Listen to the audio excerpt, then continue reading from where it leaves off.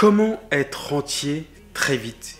Comment devenir indépendant financièrement avec l'immobilier très rapidement? C'est ce qu'on va voir aujourd'hui dans cette nouvelle vidéo. Salut, c'est Willem. Moi, je vais te parler sur cette chaîne de tout ce qui est immobilier, gagner de l'argent, notamment avec le freelance, la division immobilière. Donc, avant de commencer, récupère ton guide gratuit, tes 2 guides pour présenter ton dossier bancaire, quelle est ta stratégie. Et maintenant que tu as fait tout ça, on est parti en 5 tips comme d'habitude. Le tips numéro 1, il va falloir fixer ses objectifs. T'entends souvent dans plusieurs vidéos, je vais être rentier en 2 ans, je vais être rentier en 3 ans, je vais être rentier en 5 ans, etc. etc. En fait, rentier très très vite, combien d'années, combien c'est? Pour certains, ça va être 6 mois, pour d'autres, ça va être 3 ans, pour d'autres, ça va être 10 ans.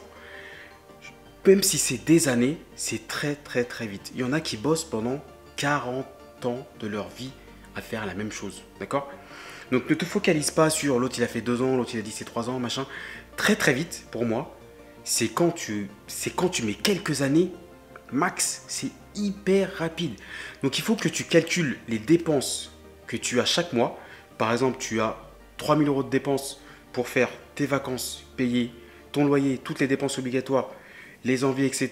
Tout, ça te représente 3 mois. Donc tu te dis, moi je calcule à peu près une fois et demi. Donc tu te dis, il faut 4 000, 4 500 € pour être entier. C'est comme ça que ça fonctionne en fait. C'est comme ça qu'il faut raisonner. Donc calcule bien au centime près tes dépenses. Et tu te dis, ok, je veux 4 000, 4 500 € sur un appart. J'ai regardé les vidéos de Willem. Je fais une coloc, moi par exemple, je fais, pour te donner une idée, une coloc de 4, je fais 800 € net de cash flow en Ile-de-France. Donc je me dis, il m'en faut 5-6 et c'est bon. Il faut que tu raisonnes un peu comme ça, il faut que tu aies ce calcul, tu notes cet objectif sur une feuille et tu sauras évaluer en fonction de la rentabilité de chaque appartement en combien de temps tu pourras être rentier. C'est aussi simple que ça. Tip numéro 2, il faut avoir du cash. Je sais qu'on va te dire, comment devenir rentier très très vite? Comment être rentier très très vite? Sans cash, sans apport, sans argent, sans maison, sans voiture, sans habits, non, sans rien. Non. Il faut être sérieux. Il faut du cash. Il faut du cash si tu veux en faire plusieurs simultanément ou plusieurs en même temps. Je t'invite à regarder cette vidéo où j'explique comment faire plusieurs en même temps. Il faut du cash s'il y a des problèmes. Il faut du cash pour mettre l'apport. Il faut du cash s'il faut refaire les travaux, si le locataire a cassé les trucs. Bref, il faut du cash pour aller vite. Et surtout, la banque, en fait, elle aime bien quand tu mets du cash. Ça veut dire que tu t'investis dans le projet, en fait. C'est même pas une question de capacité ou c'est pas rentable, etc. Mais la banque aime bien que tu lui montres que tu peux, que tu es confiant dans ton projet. Et la seule manière de le montrer, c'est de mettre de l'oseille. Il n'y a pas 36 000 moyens. Donc, à un moment donné, quand tu dépasses un certain level, donc moi je suis à 2,4 millions d'encours, tu penses vraiment que je peux emprunter 2,4 millions et mettre 0 €, donner aucune compensation à la banque? Tu penses vraiment que c'est possible? Non, c'est pas sérieux. Donc, prépare du cash. Mets de côté, épargne si tu veux vraiment aller très vite. Le type numéro 3, on va viser uniquement les biens rentables. Donc là, l'objectif, c'est de... là, je t'ai pris un exemple de 3 000 €, donc c'est de dégager 4 500 € 4 500 € de revenus nets de cash flow. Ok? Donc là, ce qu'il faut qu'on fasse, c'est qu'on vise que des biens. Chaque bien doit rapporter de l'argent, ou un IDR, ou une maison qu'on divise. Bref, peu importe, il faut viser que des biens qui rapportent beaucoup de cash flow. Si tu loupes un investissement et que tu as un petit revenu, tu vas perdre du temps en fait. Donc, il faut faire que des bons coups. Donc, non seulement tu vas aller être plus vite rentier, en plus, ça va te permettre, de faire confiance, que la banque te fasse confiance et qu'elle ait confiance en tes projets, donc d'enchaîner plus rapidement. Il n'y a que des avantages à faire ça. Même si ça te met plus de temps, il n'y a pas de course. Il n'y a pas de course. N'oublie pas, j'ai dit très vite pour que tout le monde comprenne, pour que tout le monde tique et que tout le monde vienne sur la vidéo. Mais très vite, ça veut dire très vite à ton échelle. D'accord? Par rapport à ceux qui vont bosser pendant 40 ans. Donc, il n'y a pas de course. Vise uniquement les biens qui rapportent beaucoup de cash flow. Tu vois, moi, ma coloc 1, 800 €. Ma coloc 2, 800 €. Dans ma maison, j'ai 750 € de loyer. 850 loyers sur 2 studios. J'ai ma société qui paye 800 et en mensualité, je suis à 2300. Donc tu vois, tout ce que je vise me rapporte de l'oseille. Comme ça, je vais rapidement rattraper mes dépenses. Après, ça ne veut pas dire que je vais arrêter de bosser.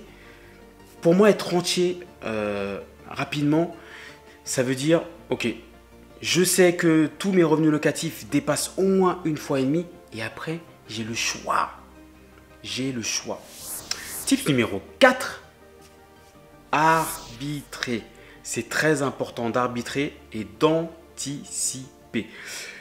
Il faut que tu fasses un business plan avant en fait, par rapport aux objectifs. Il faut que tu vois qu'il y a un fiscaliste ou une comptable, que tu dises, ok, j'ai besoin de tant d'appartements. Quand je vais être à l'MNP, qu'est-ce que je fais? Quand je ne pourrai plus emprunter, qu'est-ce que je fais? Est-ce que je passe en SCI, IR, IS, voilà. Tout ça, il faut l'anticiper, il ne faut pas le subir. Parce que si tu ne prévois pas tout ça, quand tu vas payer des impôts au bout de 5-10 ans, parce que tu as bien regardé mes vidéos, tu seras plus à 4 500 € net de cash flow en fait. D'accord? Tu vas diminuer parce que tu vas payer d'impôts, tu vas rendre de l'argent à l'État. Donc c'est très important en fait d'anticiper tout ça, de faire les bons calculs parce que c'est pas une fois que tu es arrivé à l'objectif que tu t'es fixé, c'est terminé. Après, tu vas payer les impôts, tu seras LMP, tu devras basculer en SCI, etc. etc. Donc il faut très bien arbitrer et tout calculer en amont pour pouvoir être serein sur plusieurs années et savoir recommencer, réarbitrer, recommencer. En fait, l'investissement, c'est pas je suis rentier, c'est fini. C'est pas ça. Hein. C'est pas je suis rentier, ça s'arrête, hop, terminé, je vais à Cancun, à Bali, ou je sais pas où ils vont, je m'achète une belle voiture, je mets ça sur YouTube et tac, tac, c'est fini. Non, non, c'est pas comme ça. C'est continuel en fait, c'est continu. Rentier en fait, c'est pas une course, c'est pas une course et quand tu as fini la course, quand tu es arrivé au bout, c'est terminé. C'est un marathon, ça ne s'arrête jamais. Il faut tout le temps recommencer, refaire, recommencer, etc. etc. Tip numéro 5. Une fois que tu as été rentier, après, qu'est-ce qu'on fait? Tu t'arrêtes là? Comme je t'ai dit, expliqué juste avant, en fait, il faut tout le temps se remettre en question, recommencer, réarbitrer, etc. etc. Mais dis-toi une chose, en fait. Rentier, ça veut dire quoi? Vivre de tes rentes. Je ne te conseille pas d'être uniquement rentier.